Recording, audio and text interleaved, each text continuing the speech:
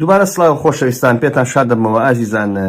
حەزم کرد هەندێک داتا و زانیاری لەگەڵ ئێوەی بەڕێز شێر کەم کە تایبەتە بە گەشتی ئارتمس 2. ئازیزان با هەندێ زانیاری وەرگرین.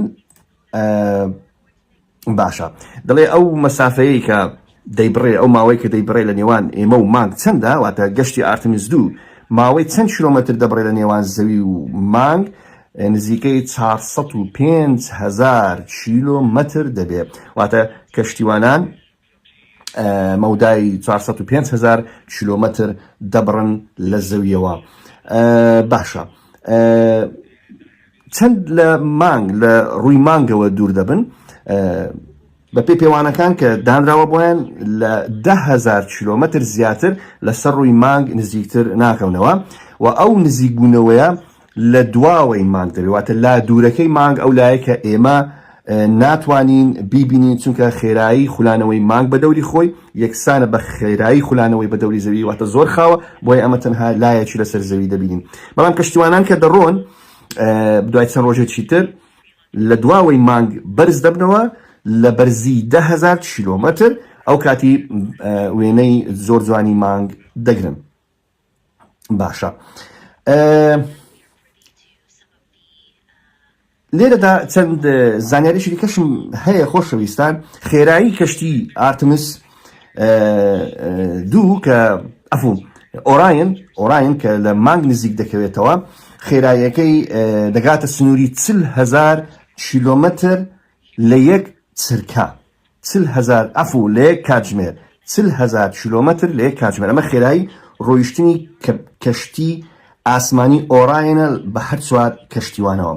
و کاتێک دەگەڕێتەوە ناو بەرگە هەوای زەوی، خێراییەکەی دەگاتە 25,000 میل لە کاتژمێرێک، کەمەش دەبێتە خێراترین کەشتی ئاسمانی مرۆیی، واتە مرۆڤی تێدایە و بەو خێراییە نزیک دەکەوێتەوە لە زەوی. واتە ئەگەر بە ژمارە بە مقارن لێ شتێنەوە خێرایی هاتنەوەی کەشتی ئۆرایۆن بۆ زەوی، نزیکبوونەوەی لە زەوی 30 تا 40,000 ئەوەندەی خێرایی گولەیە. باش، لێرەدا سێ ڕیکۆردمان هەیە کە بۆ یەکەم جار تۆمار دەکرێت. یەکەمیان ئەو کە یەکەم جار باسم کرد، 405,000 کیلۆمەتر لە زەوی دوور دەکەوێتەوە. واتە کاتێککە دەگاتە دواوەی مانگ، مەودای نێوان زەوی ڕووی زەوی لەگەڵ ئەو شوێنێک کە کەشتەکە دەگاتە 405,000 کیلۆمەترە.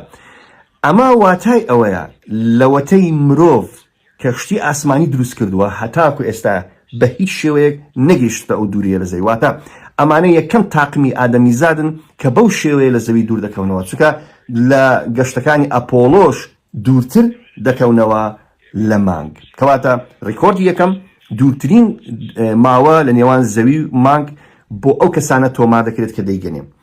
ڕیکۆردی دووەم، یەکەم مرۆڤ، یەکەم ئادەمیزادی ڕەشپێست لە ئەو گەشتە دەبێ، ئەوە خاڵی دووەم. و ڕیکۆردی سێم، یەکەم ئافرەت لە مێژوودا دەچێتە خولگەی مانگ، چونکە گەشتەکانی ئەپۆلۆ 11 هەتا 17 مەعادای 13 وەلو 13ش لەگەڵ دەرچوو بەس فەشەلی هێنا لەسەر مانگ نەنیشتەوە. ئەو گەشتانە هەر هەمویان پیاو بوون، واتە نێر ئافرەت تاوەکو ئێستا نەچۆتە بۆشای ئاسمانی تەنانەت نزیک مانگژ، بەڵام ئەمە یەکەم کەشتیوان ئافرەت دەبێت. ئازیزان، زانیاری دیکەشم لەلایە. باشە، کەی یەکەم جار گەشتی مرۆیی ئەنجامدرا لە مێژوودا پێشی ئارتمس 2؟ ئازیزان، گەشتی ئەپۆلۆ 8 بوو.